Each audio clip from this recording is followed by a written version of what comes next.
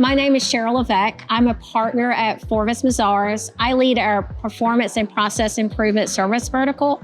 And with that, I manage our relationship with Trintech. One of my favorite functionalities within Cadency relates to dynamic account maintenance, or what we like to call DAM. Dynamic account maintenance is really some advanced functionality within Cadency. It provides so many benefits to really lift a client's reconciliation process. It involves adding criteria within the Cadency tool.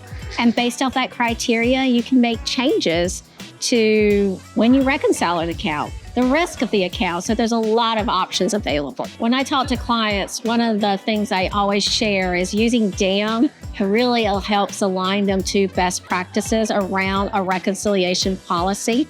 One of the things that we look at a lot with DAM is risk-based methodology, a crucial part of a reconciliation policy.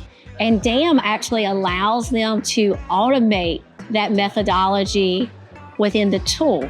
It also makes sure, because of that methodology, that people are spending the time on high-risk accounts where they can add the most value instead of just looking at the same accounts over and over and treating them as they're all the same.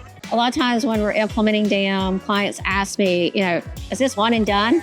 Or should I be re-looking at my DAM criteria on some periodic basis? And my general recommendation is it needs to be looked at least annual. And why I say that is businesses change, account structures change. If you have an acquisition, that could change your makeup. So I do encourage to review those rules at least on an annual basis and make sure they're still applicable. One of my top 2 recommendations for customers to get the most out of DAM is 1, use it, set it up. You're not going to get the benefit if you don't take that leap. And then 2, have someone that is knowledgeable about the DAM process after it gets implemented, that can not only review it annually, but if changes are needed, they know how to make the changes themselves.